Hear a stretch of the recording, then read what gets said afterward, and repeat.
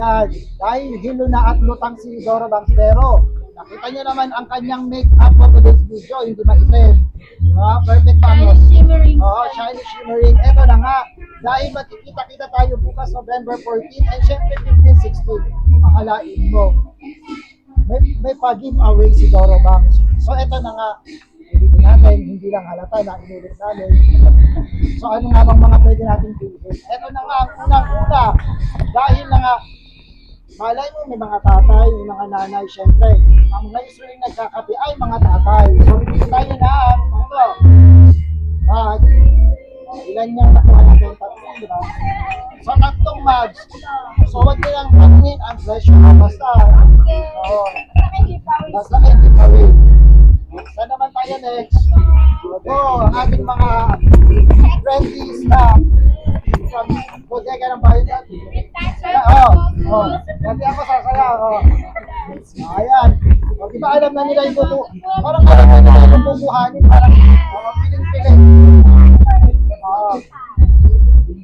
Tara, wala naman tao. Ako lang talaga. Kaya ayan. Malay nyo, makuha nyo yan, merong piece yan. Pag binuksan nyo, malay nyo, may ihi. Ayan. Takip, asan ang takip? Hanapin ang takip. Ayan. Ano naman tawag yan? Tumbler. Sige, sa mga nauuhaw, maglagay kayo dyan ng kaping mainit. Ay, hindi pala, dapat malamig. Ice coffee. Ano pa, ikot-ikot. May budget pa si Dora Banks sa giveaway.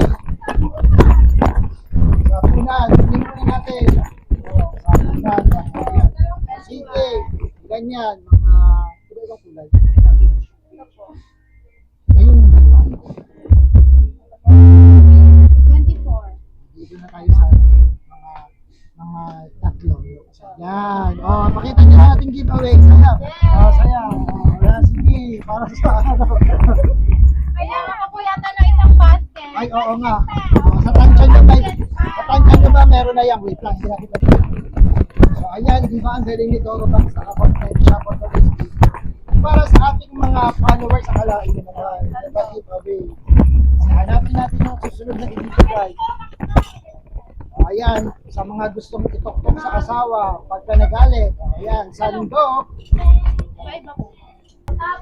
Ano pa? Magkano ang tabo? Ayan, ibig sabihin ng price. Ayan, makikita nyo, pero syempre hindi natin ito ipopost hanggat hindi natatapos ang night market ng Bodega ng Bayan.